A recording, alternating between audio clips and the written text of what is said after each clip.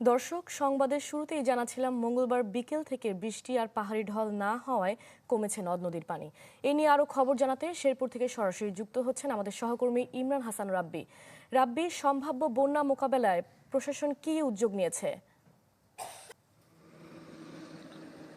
রুহি, টানা 5 দিনের বৃষ্টির পর আসলে গতকাল বিকেল থেকে বৃষ্টি কমেছে।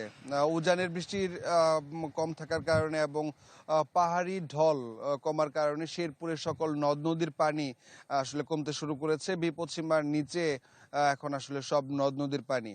যদিও এই নদীর পানিগুলো এখন আসলে বিভিন্ন বিল এবং খালগুলোতে প্রবেশ করেছে, যার কারণে যে সকল জমিতে মূলত ধান আবাদ করা হতো সেই জমিগুলোতে এখন এই পানিগুলো অবস্থান করছে। আসলে এই 5 দিনের যে বর্ষণ ছিল, বর্ষণ এবং পাহাড়ি ঢলের কারণে যে সৃষ্ট একটি আকস্মিক বন্যার শঙ্কা ছিল, যেটি গত 15ই মে দুর্যোগ ব্যবস্থাপনা মন্ত্রণালয় থেকে একটি সতর্কবার্তার মাধ্যমে বন্যার কথা বলা হয়েছিল। আসলে সেই বন্যার শঙ্কা অনেকটা কেটেছে। আজকে আকাশ বেশ পরিষ্কার।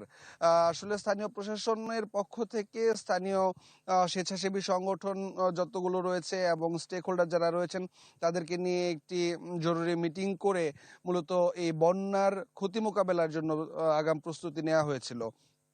পানি উন্নয়ন বোর্ডের পক্ষ থেকেও বলা হয়েছিল যে সকল ধরনের ক্ষতি মোকাবেলায় পানি উন্নয়ন বোর্ড এবং এলজিডিও আসলে প্রস্তুত ছিল।